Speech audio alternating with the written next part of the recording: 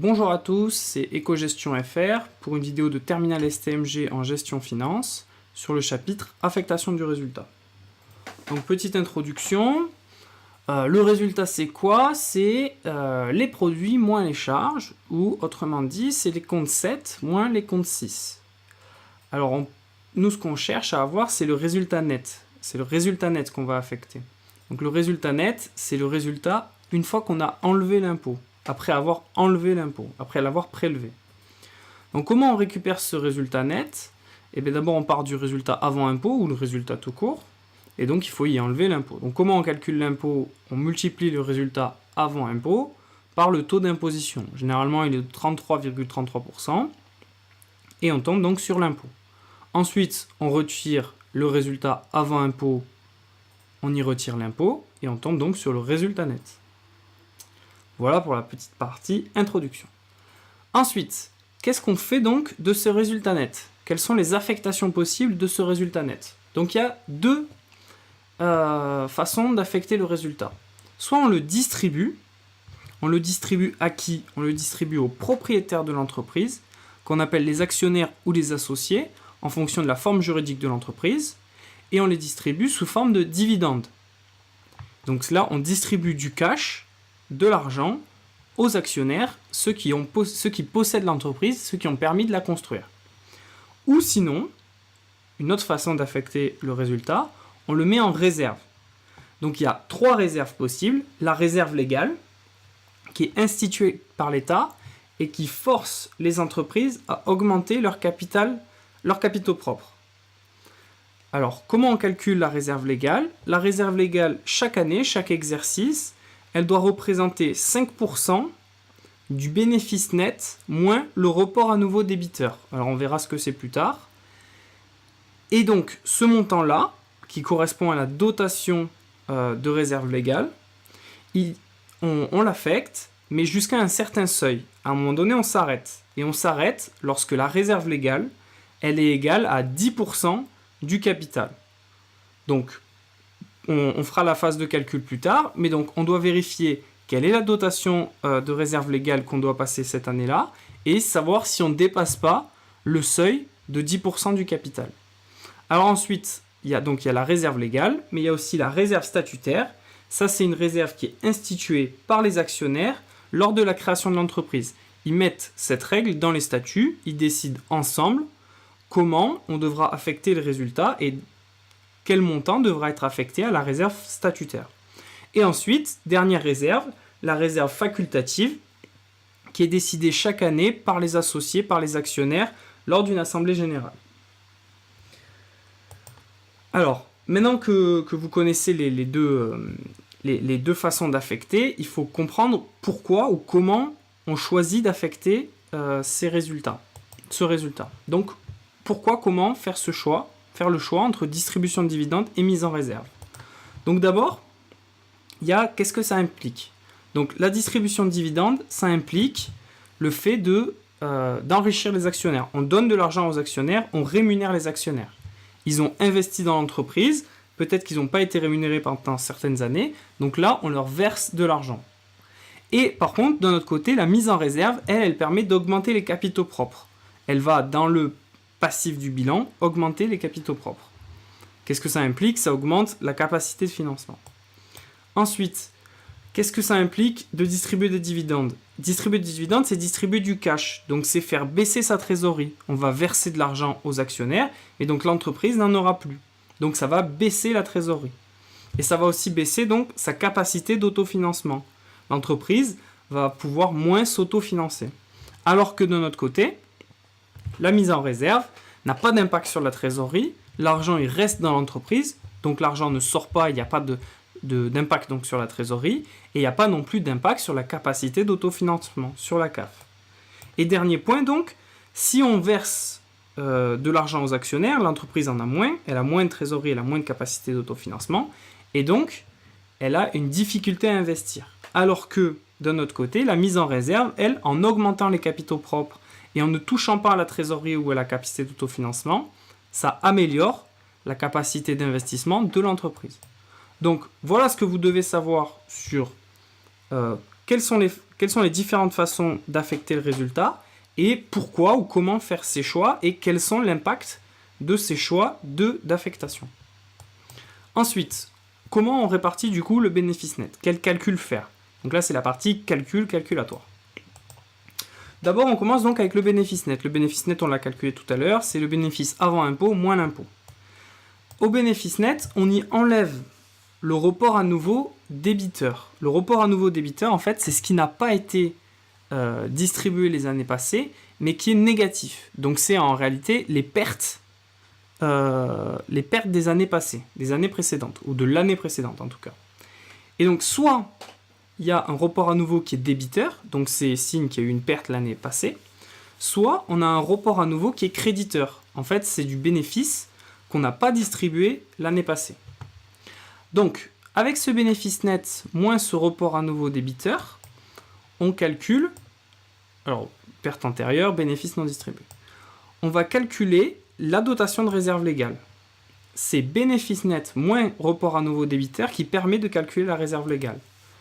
La réserve légale, donc, pour savoir combien on doit passer en réserve légale, on fait bénéfice net moins report à nouveau débiteur fois 5%, ou fois 0,05. Ça nous donne la dotation à la réserve légale. Par contre, il faut vérifier que cette dotation, elle ne va pas faire dépasser le seuil fixé par la loi. Le seuil fixé par la loi, il est de 10% du capital. Donc on vérifie à chaque fois, capital fois 0,10, c'est pour voir le seuil de la réserve légale.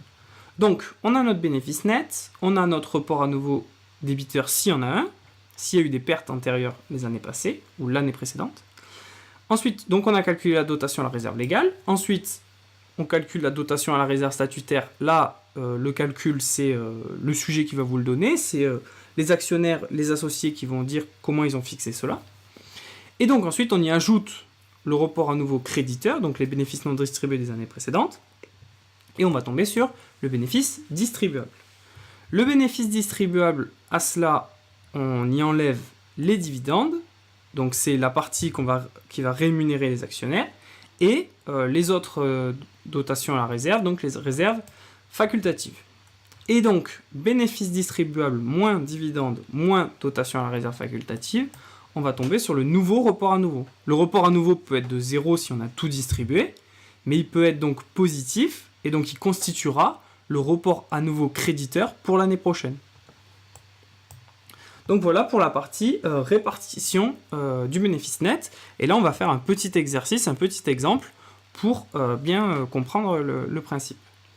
Donc, on a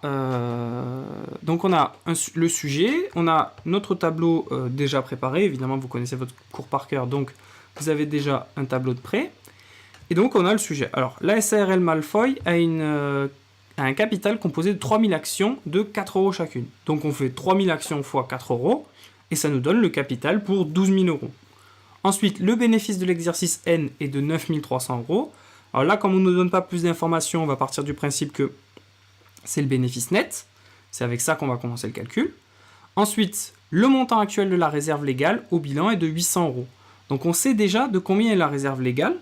Donc quand on calculera la dotation à la réserve légale, il faudra vérifier qu'on ne dépasse pas le seuil maximal de la réserve légale. Ensuite, lors de l'exercice précédent, une perte de 800 € a été constatée. Alors une perte de 800 € a été constatée, ça veut dire qu'on aura un report à nouveau débiteur, une perte antérieure.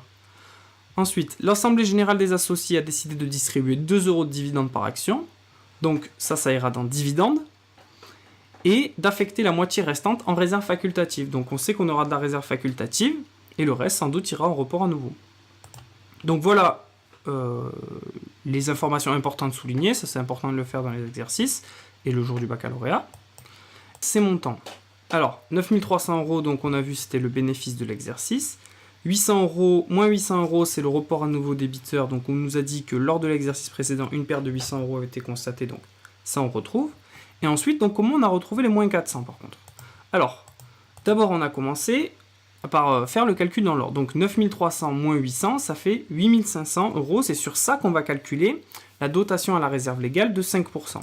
On fait le calcul, 8500 fois 0,05, ça fait 425 €. Donc ça, c'est normalement la dotation à la réserve légale qu'on doit faire. Par contre, on vérifie aussi le seuil. Donc on nous dit que le capital est égal à 3000 actions x 4 euros. Donc ça veut dire que le capital est égal à 12 000 euros. Ensuite, on vérifie donc la hauteur du seuil. On fait 12 000 euros x 10% x 0,1 et ça nous donne 1200. Donc on sait que le seuil est de 1200. On nous dit que pour l'instant, la réserve légale, elle est à 800 et nous, on veut y ajouter 425. Donc le problème, c'est que si on fait 800 plus 425, ça va nous donner 1225 et c'est plus que 1200. Et nous, on ne veut pas dépasser ce seuil de 1200. Donc ce qu'on va faire, c'est qu'on va faire une dotation à la réserve légale qui sera égale seulement à 400 euros. Donc c'est pour ça que la dotation à la réserve légale, elle est de 400 euros. Ensuite, une dotation à la réserve statutaire, donc de 0 euros, parce que nous, on ne nous a pas parlé de dotation à la réserve statutaire. Ensuite, on ajoute, cette fois, c'est un plus, report à nouveau créditeur. On ne nous a pas parlé de report à nouveau créditeur. De toute façon, soit il est débiteur, soit il est créditeur. On en a un débiteur, donc il n'y a pas de créditeur. Et donc, lorsqu'on fait le calcul, 9300 moins 800 moins 400, eh bien on tombe sur 8100 euros de bénéfices distribuables. Donc le sujet ensuite, qu'est-ce qu'il nous dit? Qu'est-ce que l'Assemblée Générale des Associés a décidé? Ils ont décidé de distribuer 2 euros par dividende, 2 euros de dividende par action. Donc il y a 3000 actions fois 2 euros, ça fait 6000 euros de dividende. Ensuite, on nous dit qu'il faut affecter la moitié restante en réserve. Donc là, c'était un calcul rapide. 8100 moins 6000, ça fait 2100. Et 2100, la moitié, ça fait 1050 qu'on met en réserve facultative. Et les 1050 qui restent, eh bien, ils restent. Et donc, on les met en report à nouveau. C'est la partie qu'on n'a pas distribuée et qui sera donc qui fera partie du calcul de l'année prochaine. Donc voilà pour une présentation de la répartition du bénéfice net. Il y a très peu de cellules, de lignes de calcul à connaître. Il suffit ensuite d'aller chercher les informations dans le sujet et vous êtes tout à fait capable de le réussir. Ensuite, donc l'enregistrement comptable de la répartition du bénéfice. Donc, en cas de perte, l'écriture elle est très simple. C'est 119 débits, 129 crédits. Alors, et les montants qu'il faut mettre à l'intérieur, c'est simplement la perte qu'on a fait. Donc, les produits moins les charges. Si ça vous donne un chiffre donc négatif, ça veut dire qu'il y a plus de charges, ça veut dire qu'on a fait une perte, et donc vous mettez ce montant en 119, 129. Par contre, petit truc, pour s'en rappeler, c'est une perte, utilisez les comptes qui finissent en 9.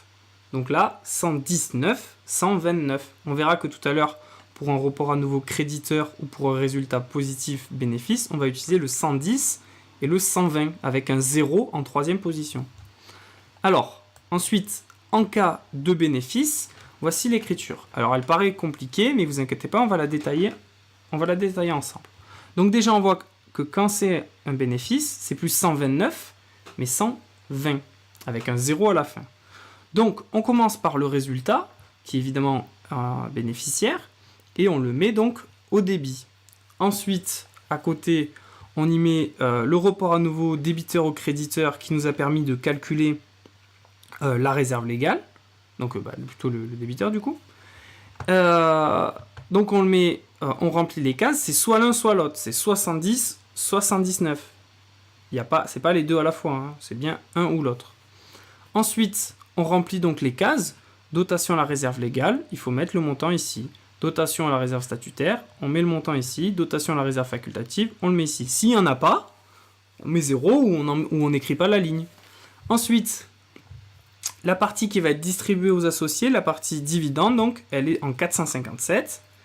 Et ensuite, s'il y a un report à nouveau à la fin du calcul, on le met ici, en 119 ou en 110. Vous voyez que c'est l'inverse d'ici. Alors, ça paraît compliqué, mais en réalité, vous voyez que tous les comptes commencent par 1, parce que vous devez savoir que lorsqu'on parle d'affectation du résultat, on va beaucoup parler du passif du bilan, avec notamment les comptes 1, la classe 1 qui est la classe capitale. Donc, si vous vous rappelez que vaguement, le jour de l'examen, des comptes qu'il faut utiliser, allez au moins rappelez-vous que c'est des comptes de classe 1. Il n'y en a pas énormément, vous pourriez, le temps du devoir, de lire votre plan comptable, et retrouver les montants, ça va vous rappeler quelque chose. En plus, Pour ce qui est des comptes de réserve, vous pouvez vous rappeler que c'est les comptes 106. Et donc là, ce sera très simple. Il y aura le réserve légale, le statutaire et le facultatif. Ensuite, dernier point. Alors vous avez vu ils utilisent tous des comptes de classe 1, sauf la partie dividende, parce qu'on va verser à des tiers. À quel tiers? L'associé, l'actionnaire de l'entreprise. Donc, rappelez-vous au moins que le compte dans lequel vous allez affecter les dividendes, ces dividendes, vous devez les donner à un tiers qui est l'associé. Donc, allez voir dans le compte tiers.